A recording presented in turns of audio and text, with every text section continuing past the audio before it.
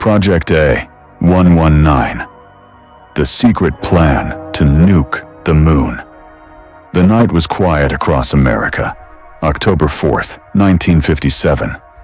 Families were gathered around their television sets. Children were asleep in their beds, and the country felt, for a moment, at peace. But somewhere above the clouds, something was moving. Something that didn't belong to America. A faint, rhythmic signal crackled through radio receivers across the nation. Beep. Beep. Beep. It wasn't a malfunction. It wasn't static. That haunting sound was coming from outer space, from a Soviet satellite named Sputnik 1, the world's first artificial object ever placed into Earth's orbit. And in one single night, everything America believed about itself shattered like glass. This was the moment the Cold War stopped being theoretical. It became terrifyingly real. Sputnik 1 was nothing impressive to look at. A polished metal sphere, barely the size of a beach ball, weighing just 83 kilograms. But what it represented was far more devastating than any weapon. It meant the Soviet Union had rocket technology powerful enough to reach space. And if a rocket could reach space, it could also carry a nuclear warhead directly over American soil. The Soviet Union wasn't just competing with the United States anymore. They were winning. American newspapers exploded with panic. Headlines screamed. Citizens flooded government offices with calls. The question on every American's mind was the same. How did this happen? How did the communists beat us?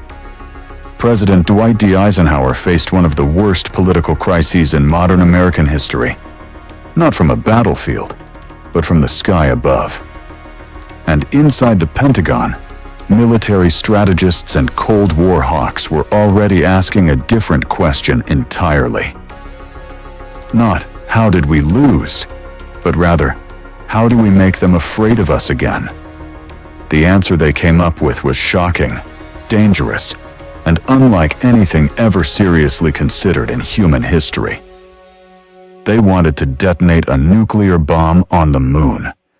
In May 1958, just months after Sputnik shook the free world, the United States Air Force quietly handed a classified contract to the Armor Research Foundation in Chicago, now known as the Illinois Institute of Technology. The project was given an innocent-sounding official title, a study of lunar research flights. But buried inside the military's filing system, it carried a different name entirely: Project A119. The goal was not science, it was spectacle.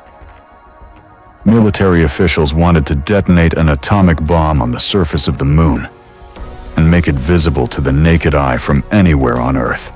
Picture it. A clear night sky, the full moon glowing overhead, and then, without warning, a blinding flash erupts across the lunar surface. A massive pillar of light rising from the moon itself, visible to billions of people across the planet. In Moscow, in Beijing, in London, in every city and every village. That image, that single horrifying flash, would send an unmistakable message to the entire world. America still controls the future. Cross us, and this is what we are capable of. The man assigned to lead this mission was Dr. Leonard Reifel, one of the most respected physicists in the country at the time. He assembled a team of 10 scientists and got to work. The questions they had to answer were brutally specific. What type of nuclear device should be used? Where on the moon should it detonate? And most critically, would the explosion actually be visible from Earth? To answer that last question, they brought in someone extraordinary. A young, brilliant, and largely unknown astrophysicist named Carl Sagan. At the time, Sagan was just 24 years old, working on his doctoral research at the University of Chicago. He had an almost supernatural ability to understand complex planetary systems, and that made him exactly what Project A119 needed. His assignment was to mathematically model what a nuclear explosion would look like in the moon's environment. An environment radically different from anything on Earth. The moon has no atmosphere, no air, no wind. When a nuclear bomb detonates on Earth, the iconic mushroom cloud forms because the explosion interacts violently with the surrounding atmosphere. Take away the atmosphere, and everything changes. Sagan ran the numbers. Day after day, he worked through the mathematics of destruction, calculating how much lunar rock and surface material would be vaporized and ejected into space, how far that debris cloud would travel beyond the moon's gravitational field, and whether sunlight hitting that cloud would create a visible flash detectable from Earth with the naked eye. His findings were sobering. There would be no mushroom cloud, no dramatic Hollywood explosion rising into the sky. But there would be something else. A massive column of superheated dust and vaporized rock, launched tens of thousands of kilometers into the lunar vacuum. If the timing were right, and sunlight struck that debris cloud at the correct angle, it would appear as a sudden, brilliant burst of light against the dark lunar surface. Visible, terrifying, unmistakable. The military was satisfied. The science confirmed that the plan could work. Now came the precise calculations. Where exactly on the moon should the bomb detonate?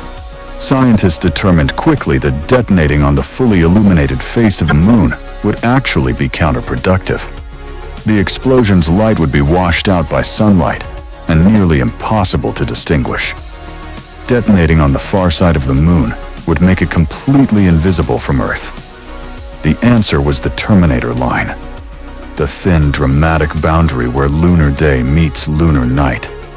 A bomb detonated precisely along that edge would launch its debris cloud upward from the dark side, where sunlight would then strike it from a low angle, creating maximum visual contrast against the black sky. It would be unforgettable. The bomb chosen for the mission was a fission device, roughly comparable in yield to the little boy bomb dropped on Hiroshima in 1945. Military engineers had initially wanted something far more powerful. A hydrogen bomb, capable of an explosion 1,000 times greater. But hydrogen bombs were extraordinarily heavy, and in 1958, no American rocket had the payload capacity to carry one to the moon with precision. So they scaled down to a fission device, powerful enough, deliverable. The plan was nearly complete. Bomb selected, target zone identified, launch timeline drafted. The report landed on the desks of senior Pentagon officials. America was closer than the world would ever know to committing the most audacious and catastrophic act in the history of space exploration. But then someone asked the question that changed everything. What happens if the rocket fails? This was not a theoretical concern. In the late 1950s, American rockets had a notoriously unreliable track record.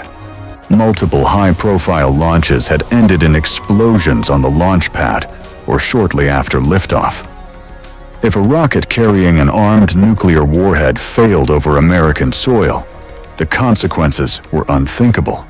If it drifted off course and detonated over Allied territory, Britain, France, West Germany, the political fallout would destroy every alliance America had built since World War II. And if it somehow reached Soviet airspace, that would be the opening shot of World War III. There was another concern that military officials, to their credit, could not ignore. The story would eventually come out. Secrets have a way of escaping. And when the world discovered that the United States had detonated a nuclear weapon on the moon, humanity's most universal symbol of beauty, mystery, and wonder, the global reaction would not be fear. It would be outrage. America would not appear powerful. It would appear unhinged, reckless, dangerous to everyone. Quietly, In January 1959, Project A119 was officially canceled. The documents were sealed. Everyone involved was sworn to silence.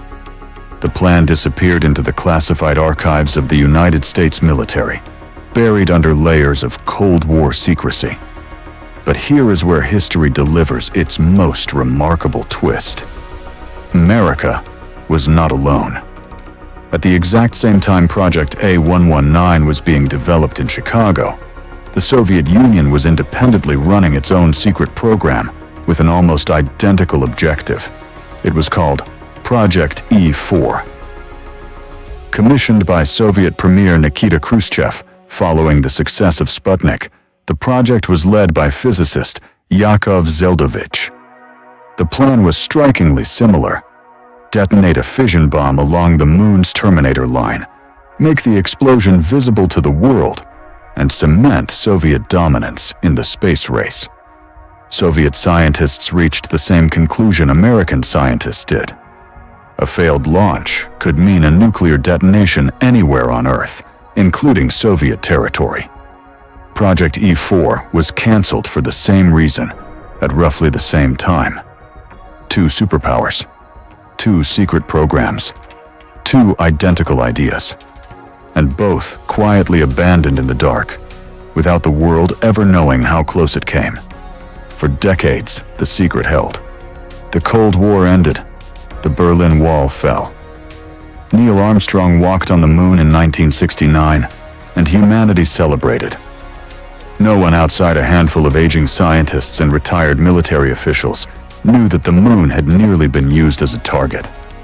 The silence finally broke in 1999.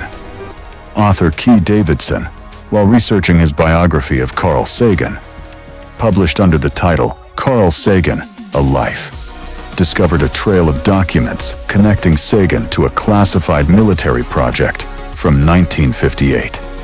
Davidson began pulling threads. The story emerged slowly, then all at once. Media pressure, congressional inquiries, the Freedom of Information Act. One by one, the classified files of Project A119 were declassified and made public. The world finally read what had been hidden for 4 decades. And the reaction was exactly what the Pentagon had feared in 1959.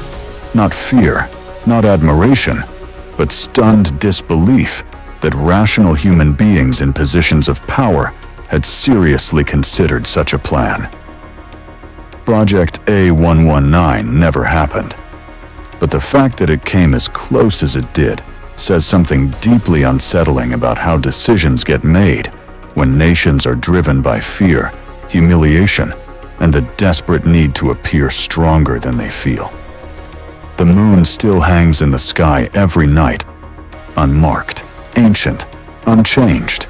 No scars, no craters from human arrogance, no radioactive fields poisoning a future that might one day call the moon home.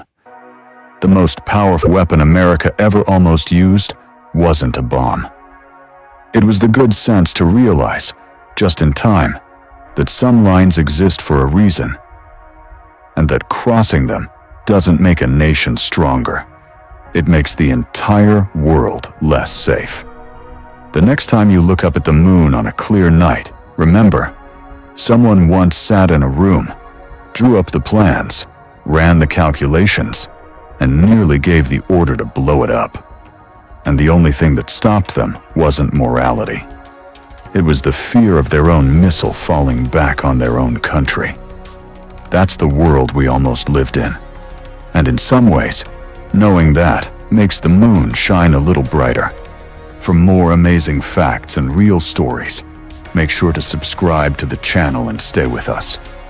Thank you for watching the video till the end.